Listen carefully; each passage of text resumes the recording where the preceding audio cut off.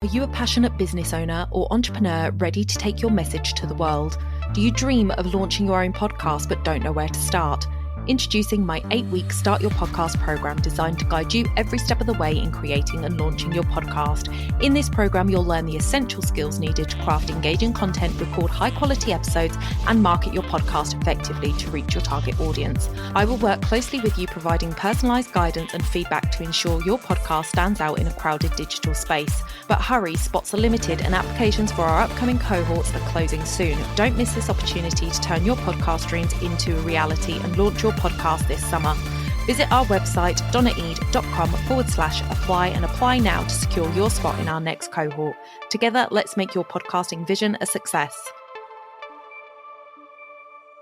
You're listening to the Mindset and Action Podcast, the place to be to grow and streamline your business. I'm your host, Donna Eade. Let's jump into the show.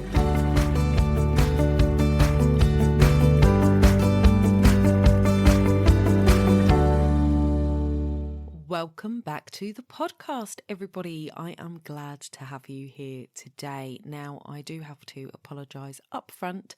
I have tried my best to wait until my voice was back on full form, but I have run out of episodes to share with you, so I have no choice but to get on the mic because consistency is key, which we will come on to later. Unfortunately, I lost my voice 2 weeks ago. Then I've had a little bit of a cold following that, and the voice is still not on full form. So I apologise, but hopefully the information in this episode is going to be much more valuable to you than, the off-puttingness of my voice this week, hopefully. Fingers crossed. We're going to jump into it. We're going to be talking about what has changed in 2025 when it comes to podcasting. So what are we seeing in the podcasting realm? What is trending at the moment? What is still working? And how can we keep ahead of the game? So we're going to be talking about that this week. If you didn't listen to last week's episode, I do encourage you to go back and listen to that episode. I had a fantastic guest on the show, Dawn Ledette. She was talking all about trusting yourself, self-trust, how we sort of hear our voices in our head. There is usually, a conglomerate of people from our past, people from our present, negative self-talk, etc., all in the lobby in our head that is stopping us getting from our intuition and trusting ourselves with our choices. So that was a really good episode for you to go back and listen to. But today we are back talking about podcasting. And the reason that we are talking about it again is because obviously it's one of my favourite subjects. But also I know that a new year is when people are starting to implement their new strategies, their new things in their business. They've made their plans back in January. They're looking at starting to implement those now. And I want to make sure that if podcasting is on your to-do list, that you don't forget about it and that you get it started. So let's jump into the topic of the day. So what is changing in podcasting? What has changed in 2025? What are we looking at shifting in the podcasting realm? What does that look like? So one of the first things that we will see in 2025 and that will become apparent is the use of AI. Obviously, I've been using AI in my podcast for probably over 12 months now.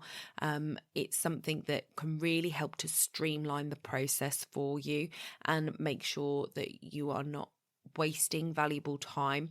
Now, do I lean on AI super heavily? Probably, but that's because I'm a solo podcaster. I'm the only one that is involved in making, creating, editing and publishing my podcast. If you have a team or a VA or some help, I would reduce some of that AI interaction and bring in some human element to it. So what I mean is, for me, in my podcast strategy, what I use AI for is to help me with my podcast outlines. It helps me to produce my show notes. It produces the transcript for my show, and I also use it to help me find clips from the show and to find quotes from the show. So all of that is done through AI. Where would I bring in the human element? I would bring in the human element in the podcast show notes specifically. I think the rest of it is pretty much okay, but the podcast show notes and the podcast clips. So for me, the show notes do tend to be they're quite good now, and I think they're getting better, and maybe they will get better over time, so it won't actually matter so much. But I do think that sometimes it's not always telling it from the right perspective. So it's not always telling it from the host's perspective when it's doing the show notes. Sometimes it includes things that aren't actually said in the way that they are meant, and sometimes it includes things that are just sort of comments about things that are coming up and make it sound as if it's being spoken about in that episode. So it's always worth, if you get AI to do it, to look through it and just adjust it. So it may be that that's the human element. It just needs to have a human go over the content and restructure and rewrite some of the elements of it, take things out, etc. With the clips that I was talking about, so I do my voice clips, about 60 seconds of a clip from the episode, and I ask AI to find me a really good soundbite to use. And I think that a human can do a better job of finding the real golden nugget in the content than AI. So I will try and listen to an episode, and if I hear something as I'm going along that I think, oh, that would be a really good one, I try and make a note of it. I'm not that great at doing it, to be honest with you. I will forget a lot of the time, so I am often relying on AI to do that for me. Or sometimes, and I will admit this, I will just go to about 10 minutes in the episode because I know that we're right into the topic, and I will listen around there and find something around that point that sounds good, and I will use that. But if you've got somebody who can actually listen through and say, you know what, that was a golden nugget right there, and make that the sound clip, that would be much better than using AI. However, AI will be used more and more often in podcasts, especially as more indie podcasts start. So indie podcasts being podcasts that are run by one person. So if you are in business by yourself and you're only going to be doing the podcast by yourself, then it is likely that you are going to lean quite heavily on AI for that. But I would say always check it. Always check what is coming out of AI, because it is not always 100% accurate. So in terms of short form versus long form content in podcasting, I don't think we're seeing much of a change there. It really does depend on the topic, who's speaking, and what your audience is used to. So for me, it is very plausible that my episodes will be around 20 to 30 minutes long, and that is what my audience expects from me. So if they are longer than that by more than 10 minutes, then it starts to be like, oh, how long's this going to go for? And if it's shorter than that, I think my listeners feel a little bit shortchanged, like, where's the rest of the episode? So 20 to 30 minutes is my normal, and that's what my listeners expect. But somebody like Stephen Bartlett on Diary of CEO, his episodes can go for 2.5 hours. It's what his audience expects. They expect longer than an hour from him. And oftentimes with they are being watched on YouTube rather than being listened to as a podcast in Audible only format. So there is a difference there again with how much you can get away with the length of the show. Now, for me, I would say, stick to your regular pattern with that. I don't think there's a trend towards long or short form content in terms of podcasting. I think it really depends on the type of podcast you are and what your audience is expecting from you. So there is nothing to say that a 20-minute podcast is going to work better than an hour-long podcast. It really does depend on who you are, what the topic is, and what your audience expects. So although there is this huge move to short form content in a lot of the other platforms, so YouTube, TikTok, all of those social media platforms where it's like, we've got to get everything done in 60 seconds. Podcasting isn't like that. We might do sound bites to get people interested in going to listen to the full episode, but we are still producing long form content over on podcasts, and that hasn't changed. So there are some shifts in the way you monetize your podcast. So podcasting originally wasn't an income source for anybody. It was just a way of sharing knowledge, sharing thoughts, feelings, etc. A little bit like a radio show, but there was no monetizing that. And over the years, it has become more of a money-making opportunity, which is great for those of us who are podcasting. I have always taught my students that the best way to make money from your podcast is to talk about what you sell.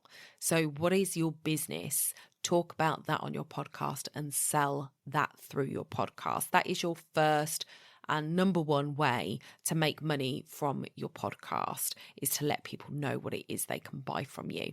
And that is something that you can drop in either in dynamic content at the beginning of the show or in the middle of the show or at the end of the show. We can talk about dynamic content and the pros and cons later, or you can talk about it throughout the episode. So it really depends, but it's a great way of bringing more people into whatever it is that you are selling.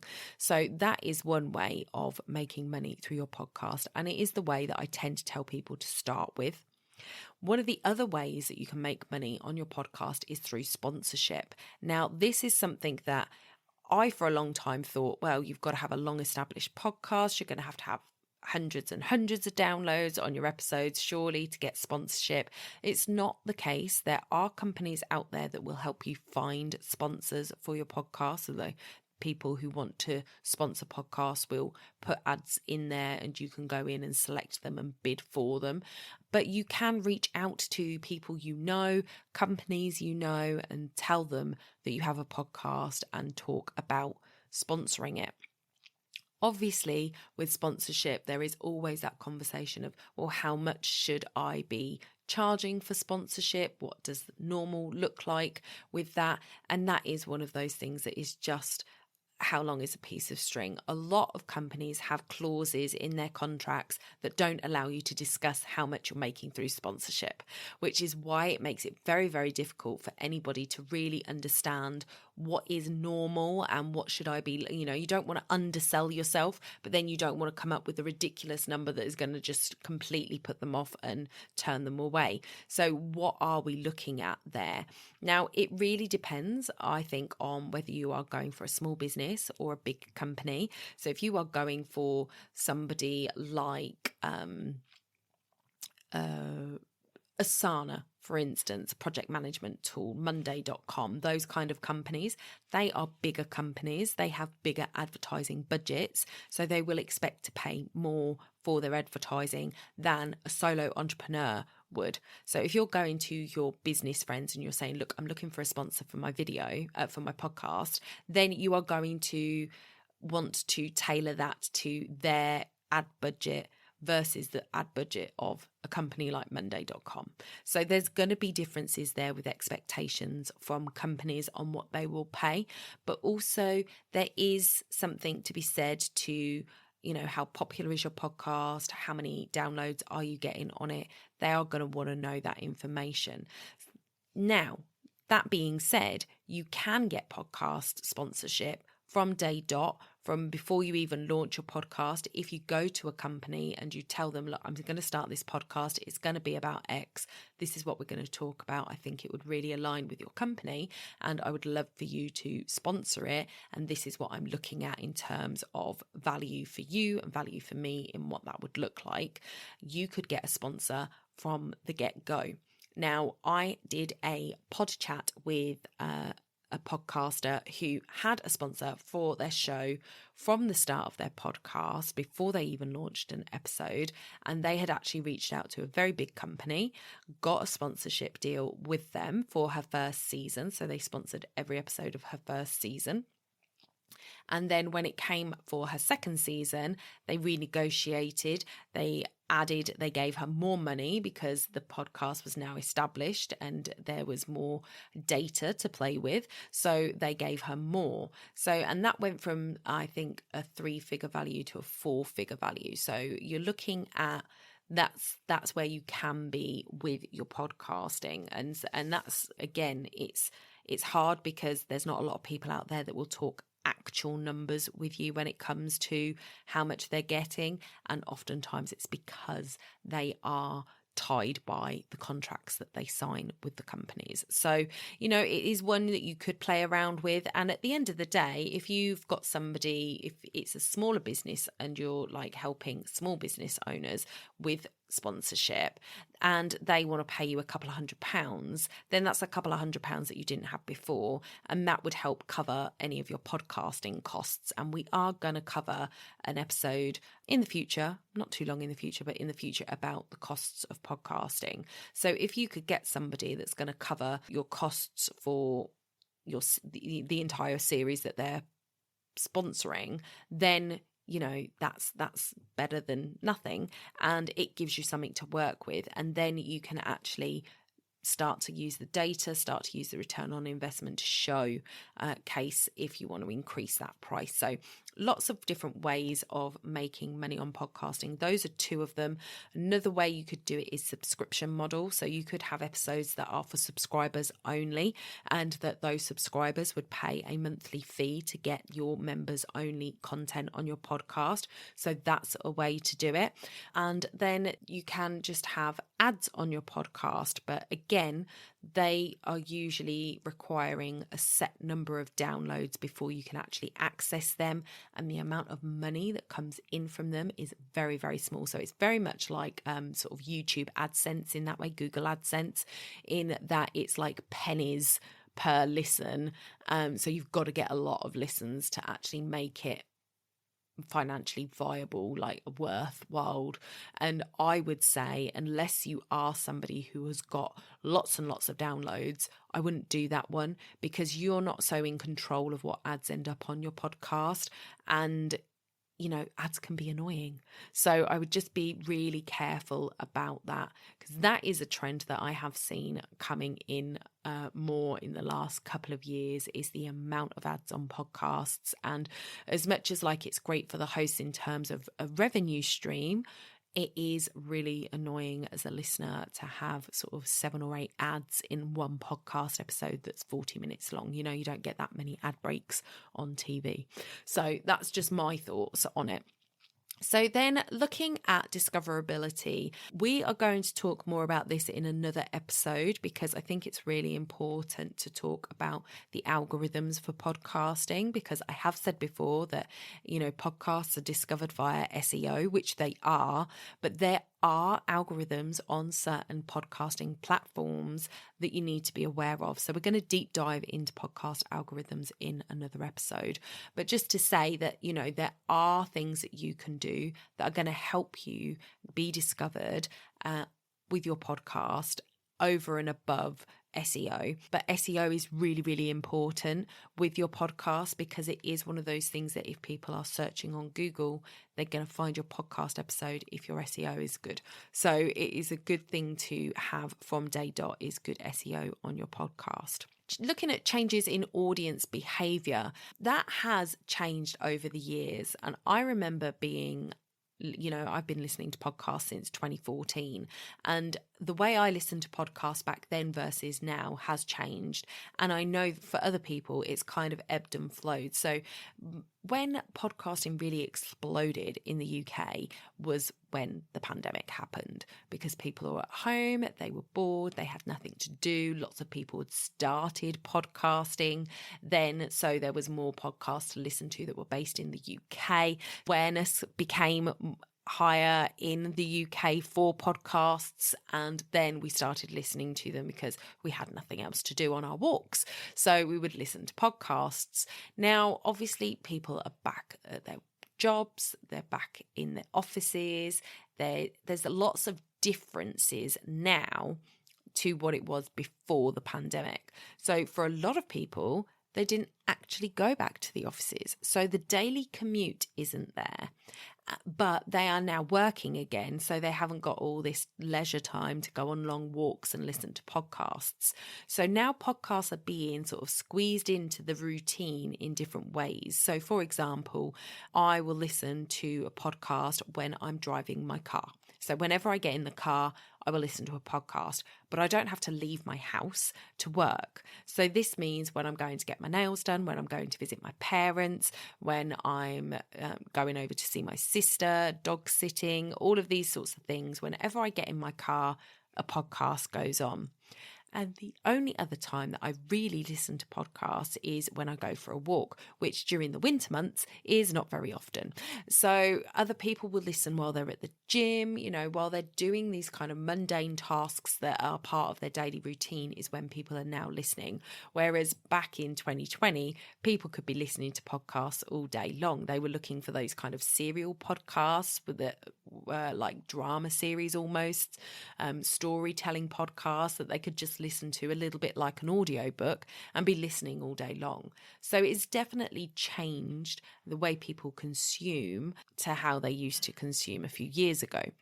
But generally speaking, it still stands that people tend to make podcasts part of their routine. So if you always release your podcast on a Monday, then people who go to a gym on a Monday that listen to your podcast are going to put that on while they're at the gym. They expect you to be there every Monday when they're in the gym. And that is just the way it is. So those kind of things still stand well. They kind of were there before the pandemic and they've come back since. So you do become part of people's routines, which leads on to what is still working in podcasting, which is consistency, which I mentioned earlier right at the beginning of the episode, is consistency. You do become part of people's routines, and that is why a regular publishing schedule is important. Now, it doesn't mean that you have to do it every week. It means that you have to be consistent with what it is that you do. I am not a fan of bi-weekly or monthly episodes just because people get, it's too much variance for people.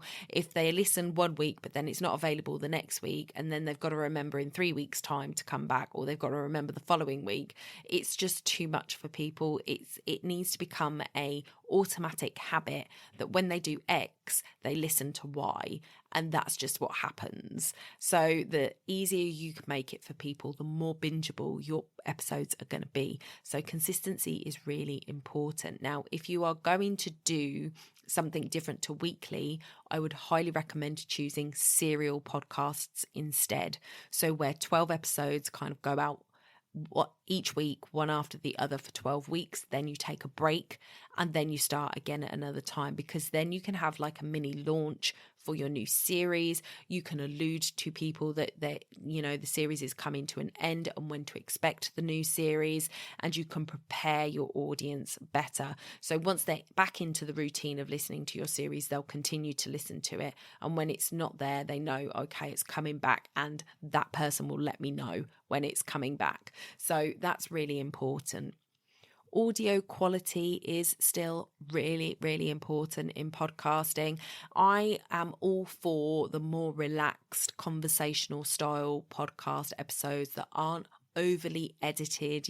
I don't overly edit my episodes, but it is important to have good sound quality, and it is important that you listen through to your episode and you say, would this be something I want to listen to? So for me, I know that if I hear too many filler words coming at me in quick succession, I'm going to stop listening, because when I'm only listening, it really heightens that for me. So I will take out a lot of the ums that I will say during my podcast episodes, because I don't want it to interfere with your listening or understanding of what it is that I'm saying. And oftentimes it's just because I'm thinking, because I don't do a lot of rehearsing for my podcast episodes before I record them. So I will often have these pauses, and I don't particularly like silence. So when I pause, I will and then that is an interruption for you guys. And for some people, it's almost like at the end of every sentence, the beginning of every sentence, and then in the middle of sentences. And it can really take away from the message that people are trying to give. So just be aware of that when it comes to your editing. But you don't have to edit out every mistake. You don't have to overly edit and have every gone. I think that's kind of unnatural, and although it sounds great, it sounds very highly produced, it takes away a bit of that personality and a little bit of that relatability, I think. So it depends on what you want to go for as to how edited you go, but audio quality, that sound quality, is really important. Your niche and messaging clarity. So it is really important to know who you're speaking to and know what you're telling them. And that is going to really help you stand out in the podcast market. So we have spoken before about how many podcasts there are in the world. It's around 5 million, which seems like a lot of competition. Should I even bother? But the reality is that there is only around 350,000 that are active podcasts.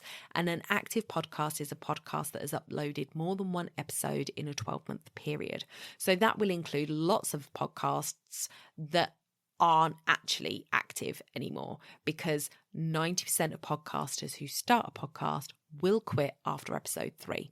So they could have uploaded 3 episodes this year and not uploaded another one, and they are included in that 350,000 number, but they're not actually planning on uploading anything else. But when you take the number, even if you take that large number of 350,000 and then you divide it by how many different genres of podcasts there are, and then you divide it into the sub niches of those genres, there are not a lot of podcasts out there talking about what it is that you want to talk about. And if you can niche down good enough, that's really bad English, Donna. But if you can niche down into that topic area, then it's likely that you are going to be the only one talking about it in that way. Now, there are advantages and disadvantages to hyper niching. The advantage is you're going to be the only one talking about it. So if somebody's searching for that hyper niche topic, you're going to be the one that comes up. But the audience size for it is going to be much, much smaller. So it would be much harder to get advertising opportunities and sponsorship, and it is going to be harder to find those listeners to begin with. So just something to think about on the niching aspect. So podcasting remains a very powerful tool for business marketing. It is such a good way of showcasing your knowledge and your way of working so that people can really get to know and understand who you are. So when that people are looking to buy from you, oftentimes they will go and search your social medias and see what type of person you are, especially if it's a large purchase. You know, if we're talking over a couple of £100, people are going to want to know a little bit more about the person they're buying for. And a podcast is a great way to give them access to who you are, how you teach, and what your values are. So it's awesome for that, because if you're doing a podcast every week, there could be hundreds of episodes. Like I'm on episode 197 now. No, 297 now. So that is a big number. There is many, many episodes that people can go back to and listen and understand who I am as a person and what it is that I'm trying to do. So that is great. It is also great to be able to pull on those episodes. So I heard Catherine and Julie at the Far Too Fabulous podcast did exactly this in an episode a couple of weeks ago, where they alluded to an episode they did right at the beginning that they share with their clients all the time, and it is the episode on the 4 legs of a chair.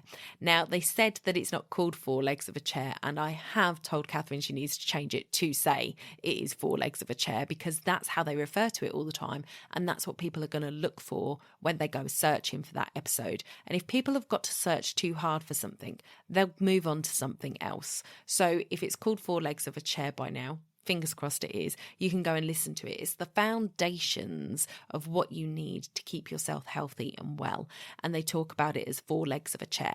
And it's a really great episode, but they allude to it all the time on the podcast, but they also talk to their clients about it, tell their clients to go and listen to it. And that's what your podcast can become. It can become this resource that not only is your regular listeners listening to and new listeners listening to, but you can actually give it to potential clients. You know, if they're wanting to know more about a particular topic, you can share that with them. So it's a really good way of using it as a marketing tool for your business.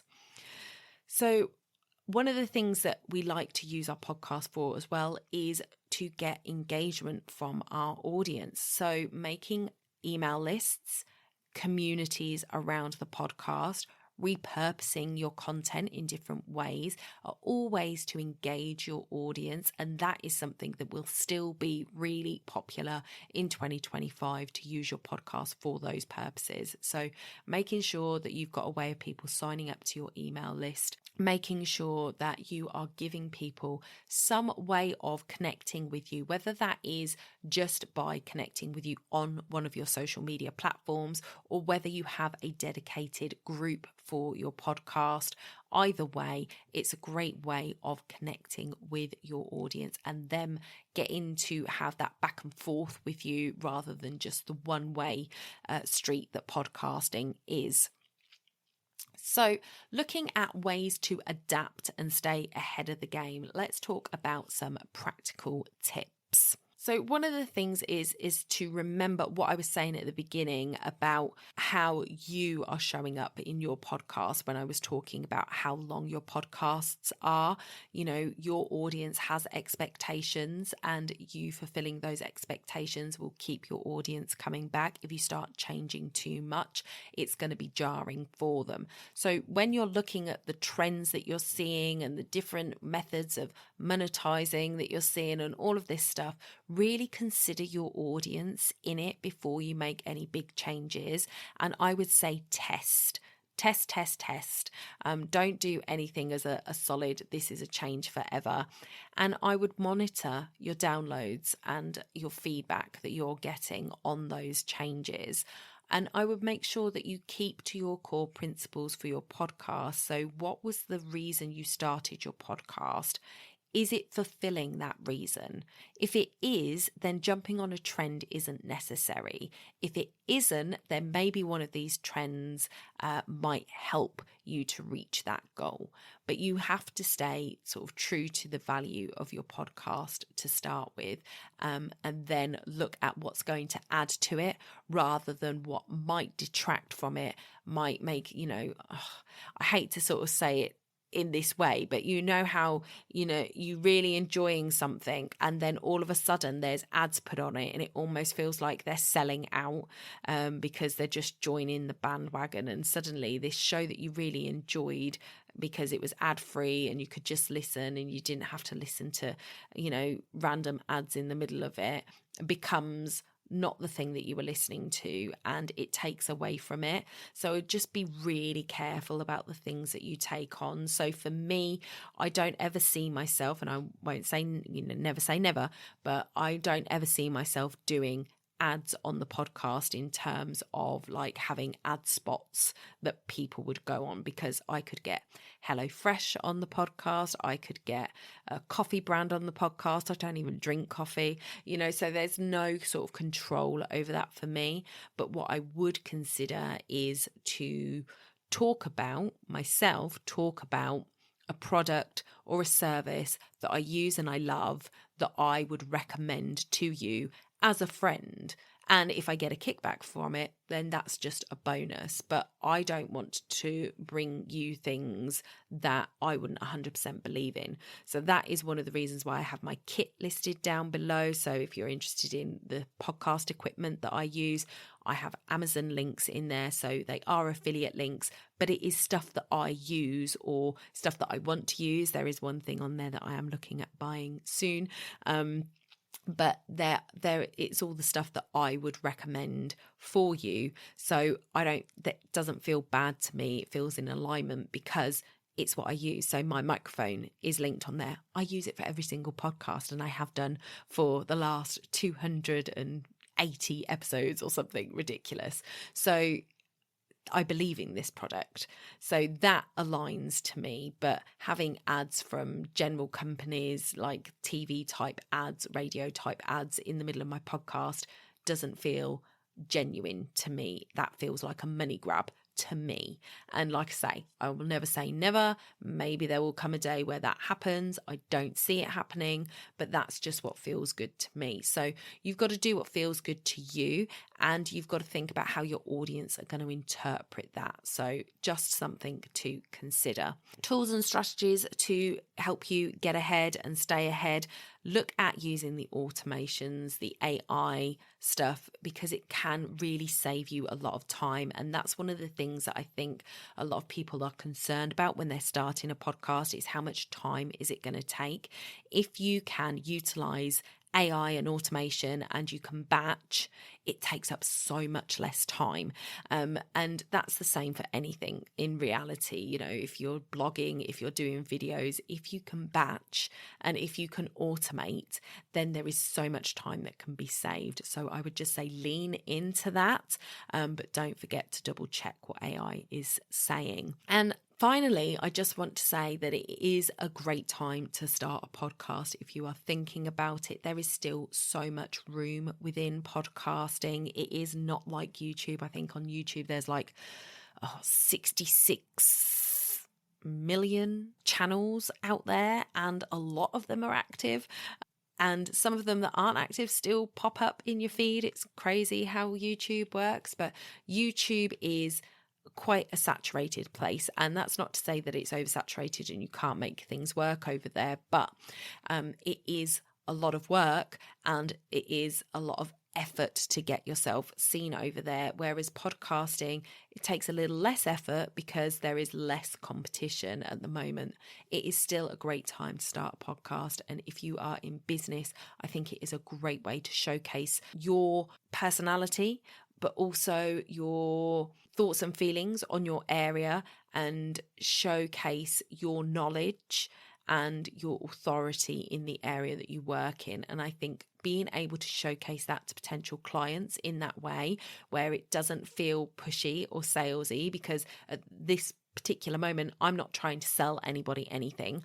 I am just trying to share my knowledge with you to help you move further in your business. And I don't know who you listening are, so I can't be trying to sell to you because I don't know you. So there is that side of things.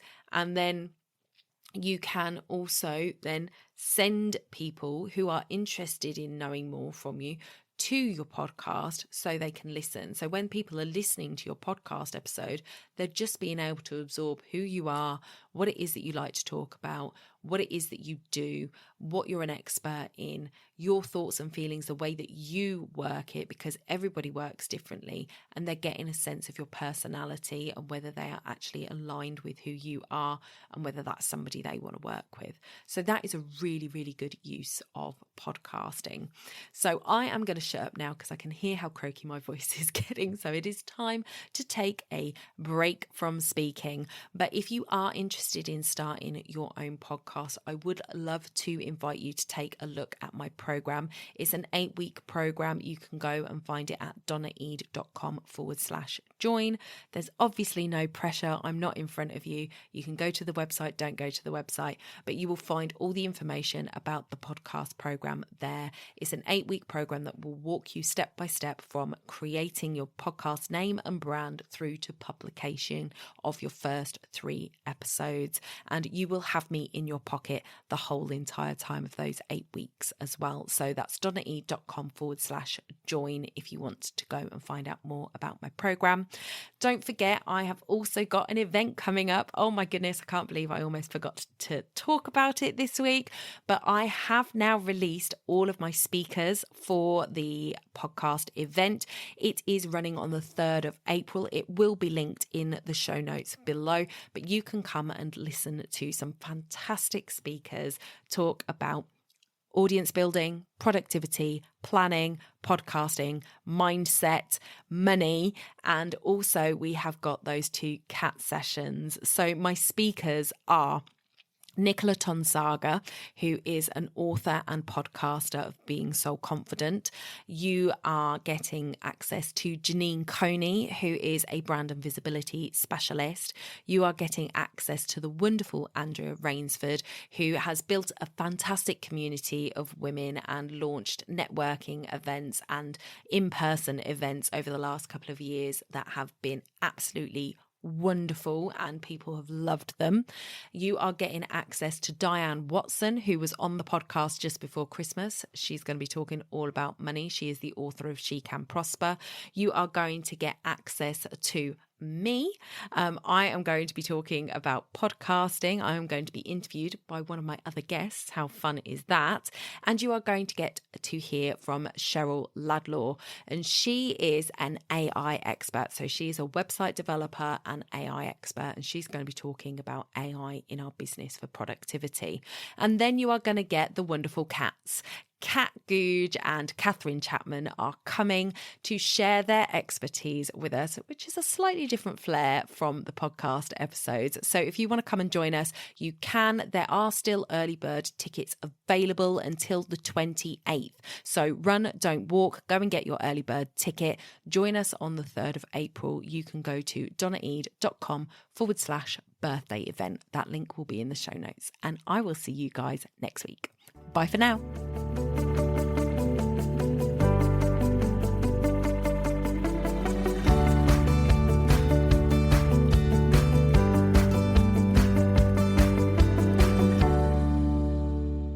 Don't forget to hit those stars and leave a review of the podcast where you listen if you found value in what you heard today. It's a free way you can help the podcast reach more people just like you.